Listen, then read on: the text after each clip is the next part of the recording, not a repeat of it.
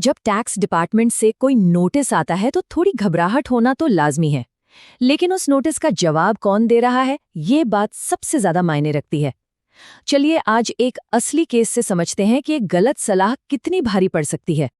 जरा सोचिए, tax notice हाथ में आते ही पहला ख्याल क्या आता है? फौरन किसी सलाहकार को ढूंढने का, है ना?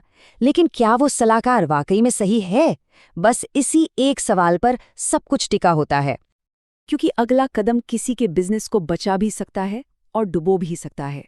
ये सिर्फ कोई कागजी कार्रवाई नहीं है, ये तो किसी के कारोबार के भविष्य का सवाल है। आइए एक असल कहानी से इसे समझते हैं।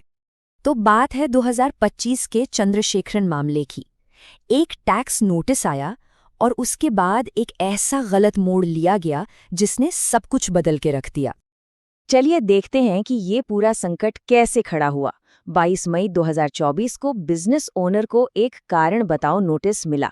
इसके बाद एक अयोग्य सलाहकार की सलाह पर एक ऐसा जवाब दिया गया जिसका मुद्दे से कोई लेना देना ही नहीं था, मतलब एक अप्रासंगिक जवाब। और नतीजा 21 अगस्त 2024 को टैक्स अथॉरिटी ने एक ऑर्डर पास किया और सीधा बैंक अकाउंट ही फ्रीज कर दिया। देखिए एक के बाद एक गलतियां कैसे भारी पड़ी। तो जब किसी का बैंक अकाउंट फ्रीज हो जाता है तो असल में होता क्या है? ये सिर्फ पैसों के लेन देन का रुकना नहीं है, इसका मतलब है कि पूरा का पूरा बिजनेस ही थम गया।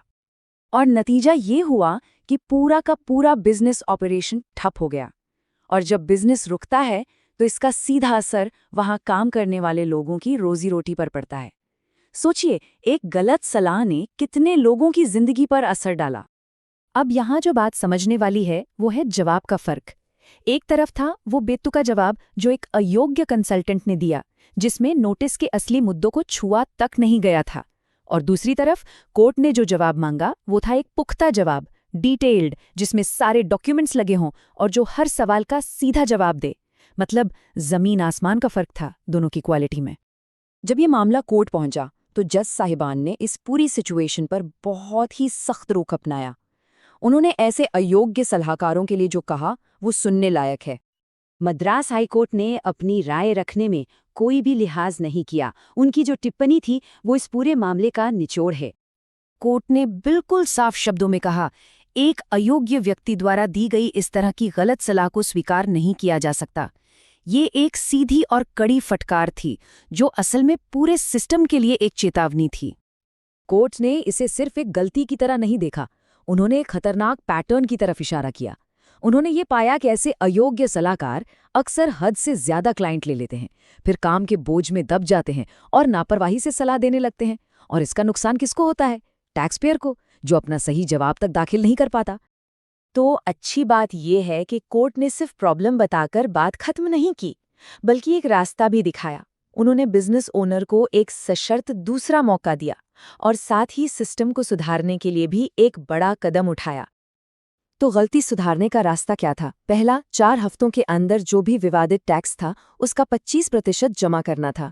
दूसरा, 3 हफ्तों के अंदर डॉक्यूमेंट्स के साथ एक नया और ठोस जवाब फाइल करना था। और तीसरा, फिर से एक पर्सनल हियरिंग में शामिल होना था ताकि मामले पर नए सिरे से विचार हो सके। इस एक गलती की कीमत क्या थी? विवादित टैक्स का 25%। ये एक बहुत बड़ी रकम होती है जो सिर्फ एक दूसरा मौका पाने के लिए चुकानी पड़ी।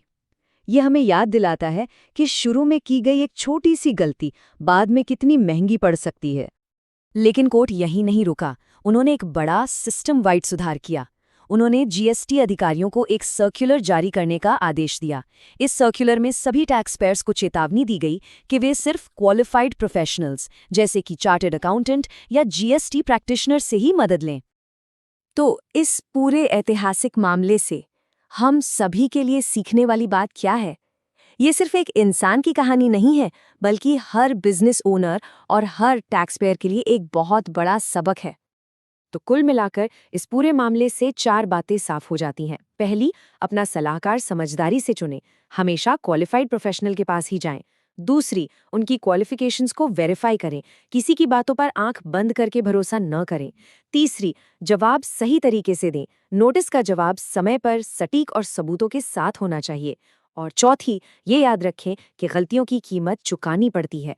दूसरा मौका मिल तो सकता है, लेकिन अक्सर वो भी शर्तों के साथ।